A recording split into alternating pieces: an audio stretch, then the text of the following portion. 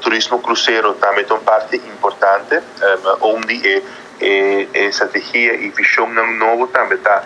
conosco enfocar massiva é experiência e é qualidade e não é quantidade. Pensei Bonaire, por exemplo, a introduzir o que nós chamamos é one call a day, caminho que nós que evitar que você também tem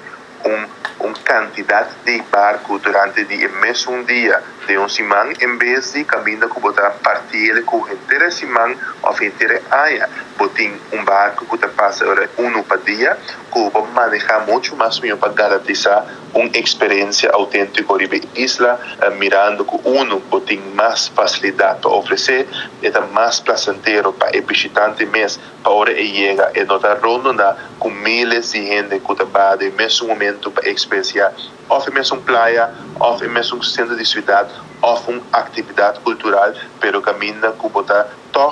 manter a tranquilidade, a essência de lo que o Bonaire está oferecer tem a experiência de cruise tourism também. Então nós também também foi a passar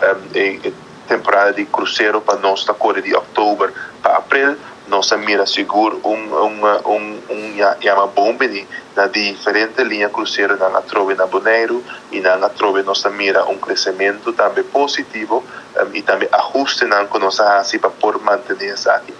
Antes aqui está algo também que vai seguir enfocar e vai a próxima temporada que está vindo. Nós estamos preparando agora que para a temporada nova que está começando em outubro na Bonaire para a temporada cruzeiro novo. Essa aqui também, por exemplo, nós estamos com o projeto novo, maneira com conexão de Wi-Fi para o centro de cidade, mas também nós taxistas, que são responsáveis para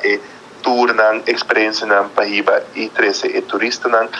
aqui que nós que tem muito mais melhor conectividade e para a experiência de visitante está um nível muito mais alto do que tem com a pandemia. Nós aqui está projetando seguro também que faz parte do plano de recuperação turístico.